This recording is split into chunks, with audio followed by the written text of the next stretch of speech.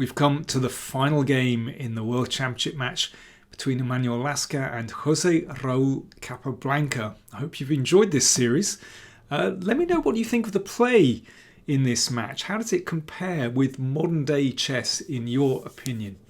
And do consider subscribing to the channel, and if you'd like to support the channel, we'd be very grateful.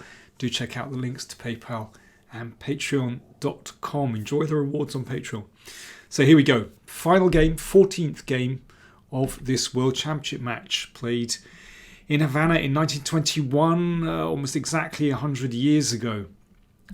Up to this point, there'd been 10 draws and 3 wins for Capablanca, and it was the first to 8 wins would win the match, or if after 24 games no one had achieved 8 wins, then whoever was leading at that point.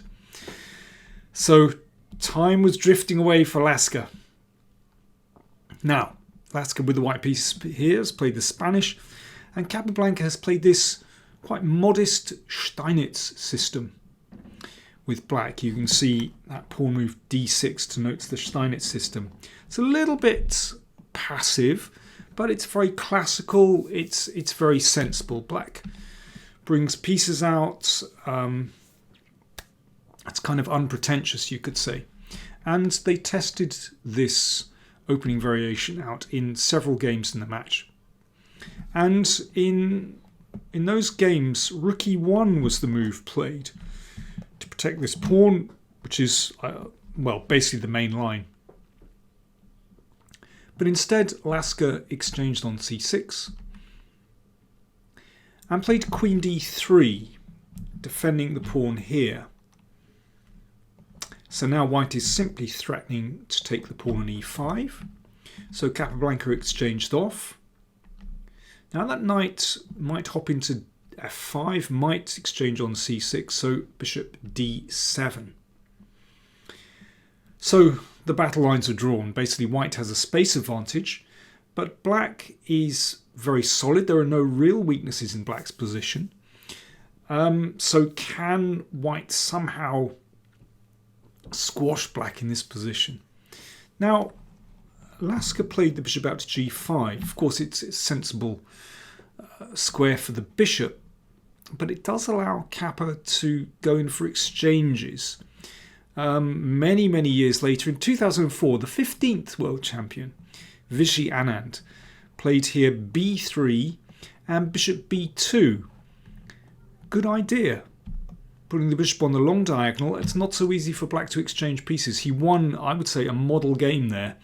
Anand against Vescovi, Sao Paulo 2004. Perhaps I'll look at that at some other time. Anyway, bishop g5 played, of course, classical development. Rook ae1, so Lasker is massing his pieces on the king's side, perhaps leaving that rook on f1 to support the f-pawn. Well, that's indeed what happens. And now Kappa starts to exchange pieces, or at least a pair of minor pieces.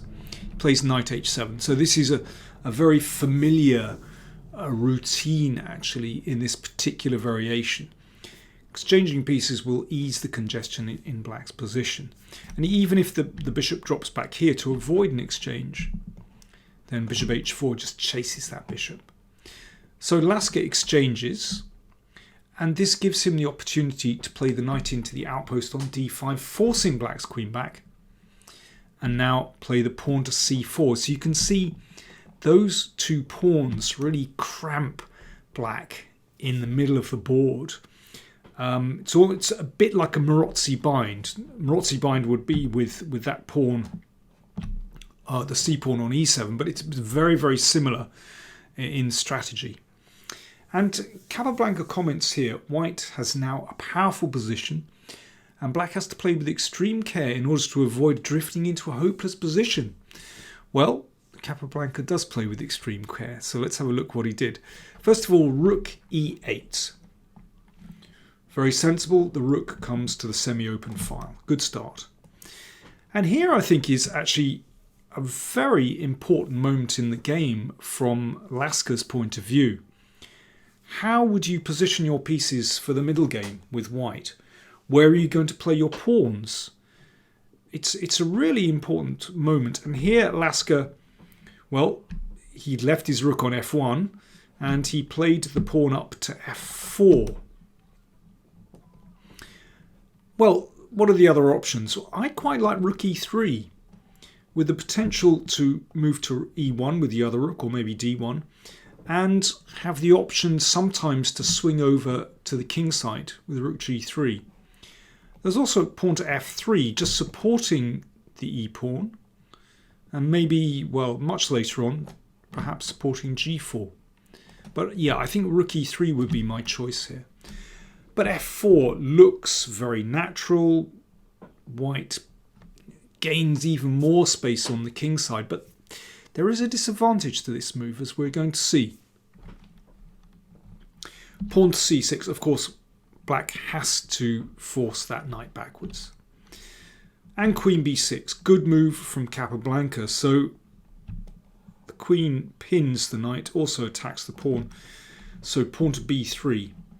And here Capablanca played rook d8, but he criticised his own move afterwards and thought that he should have played rook e7 and rook e8, doubling on the e-file, as he did later on in the game, but just going for it immediately. Rook d8 isn't that bad, but it is a slight waste of time. King h1 steps out of the pin. Knight comes back into... Oh, I beg your pardon. King h1 just played. Knight f6 played, bringing the knight back. Pawn to h3 takes away the g4 square. Bishop c8. Now, we've reached another important moment in the game. How do you play with white here? You can see that both sides have, well, I think coordinated their pieces very well. And the same with Capablanca. He's managed to bring his rooks together. He supported that weakness on d6. And white has to decide now, how do you make further progress here? Lasker played rook d1. And Capablanca commented, this is a rook d1, this is a waste of time. In order to obtain an advantage, white will have to make an attack on the king side, since black's d-pawn, though weak, cannot be won through a direct attack against it. Right, so how, well, let's go according to Capablanca. So how should white attack? Well, the obvious move is pawn to g4. And to my eyes, this is a very natural continuation, particularly if you could play rook g1 and g5. So just using that pawn on h6 to open up the g-file, which could be fatal, actually, considering that black's queen is just way across on the other side of the board. So how should black deal with this? I'm going into some detail here. Pawn to d5 is possible. Now, this is very, very interesting. So we exchange and then play pawn to e5, which looks tremendous with, you know, these four pawns, this overlap on the king side. But then the knight hops into e4, so this gives black counterplay. So if this pawn is taken, you can see this pin is potentially very annoying. I like queen c5 with the idea perhaps b6 and bishop b7, or even sometimes f5. But after knight e4, maybe king h2. Let's just get that king off a light square. And, well, this can get really crazy after h5 and then f6. So the position is exploding. However, I think, you know, if white wants to get somewhere, then you've got to put pressure on black. So here you could give up a pawn just to close the central position for a moment and then switch to the g-file. You know, I think at some moment White's got to get his hands dirty and just really go for it on the king side. Now, maybe black has enough to defend here, but it's tricky. I mean, that's just one example. I do feel that g4 should be the move here. And I think after Lasker backs down with rook d1, you can see over the next few moves, he's basically hesitating. He's not quite sure how to make progress here. And that hesitation has allowed Capablanca to double on the e-file. And now it is very difficult for white to make a breakthrough. You know, you can still go for g4 here, but somehow one feels that black is always going to have some kind of resource with the pressure on the e4 pawn. And incidentally, that's the reason why I was sort of hesitating way back about playing f4, because it leaves that pawn without the protection of another pawn. Okay, let's move on. Rook e2. Queen a5. So the queen can be quite annoying, looking at various points here and looking across the fourth rank. And here, for example, g4, well, that could be taken. And then black takes one of the rooks and the queen can swing across sometimes. Not so easy. Okay, so rook f1. You can see, yeah, Lasker's really been hesitating, somehow prevaricating with these rooks. You can see it's like he's doubting himself here. King comes back to g1, and with the queen over on the king side, this makes it even more difficult for white to advance. a6. This introduces another possibility for black, which is to strike out against white's pawns with pawn to b5. Now, with the pawn, of course, at the moment the pawn on c6 would be could be taken. However, if that knight moves backwards, then b5 might come. Or sometimes even c5 and b5 is also a possibility. So white has to be careful. So for example, if g4, then here and now b5 is absolutely reasonable. Rook f2, just protecting the rook on e2. Queen g6. And you can see there are now 4 pieces directing firepower against the pawn on e4. Rook f3, that rook may swing over here, and yeah, there's basically white can save himself with this pawn move f5 if that pawn is taken. Queen h5, f5 anyway, and well, Capablanca criticised that move. In some ways f5 is understandable to shut out the bishop on c8, but of course it gives away the e5 square. Queen h4, looking at that pawn again. And here, well, the rook should come over to protect the pawn, and then the queen can come back into play here. Basically, I think black is fine here. There's simply enough pressure on white's position. But, well, here, Lasker played the very unfortunate king h2. And as Capablanca said in his annotations, a blunder made under time pressure combined with difficulties attached to the position. Yeah, it is, I think, now even more difficult for white to play in this situation, just because there is really no clear way forward.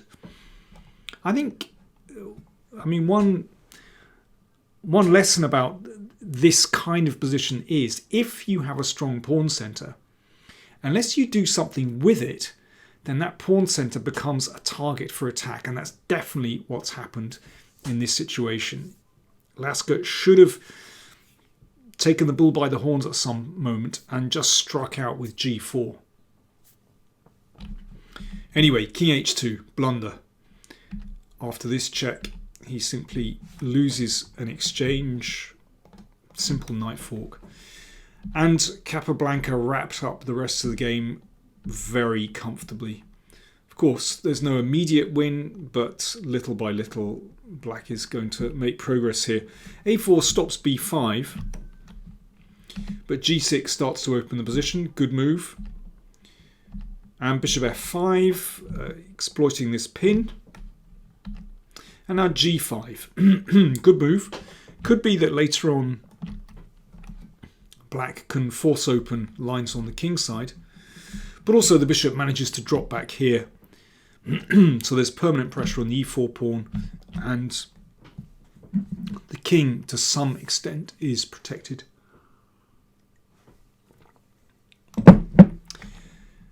b4. I mean, I think basically the situation is hopeless. Queen e6.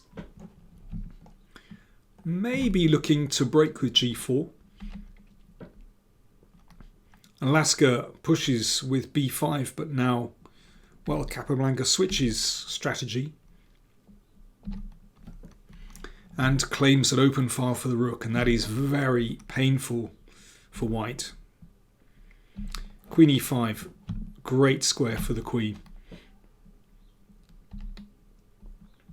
Lasker swings his queen over, so that's how desperate things are. Of course, Capablanca in the exchange up were very keen to exchange pieces, but Lasker realizing that that queen is far too strong, so it's all going very smoothly for Capablanca. Rook a3.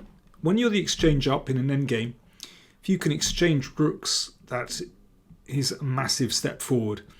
So that's the first step in doing that, basically. Rook a3. And here the best that Lasker can find is to give up a pawn to try and shake free from this pin. And now the rook hits the back rank, but watch out for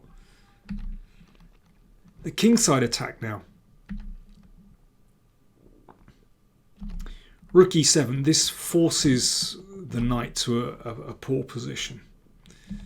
Knight takes rook e6, and now the knight has to go right to the other end of the board. Pawn takes pawn, a nice Zwischenzug hitting the rook.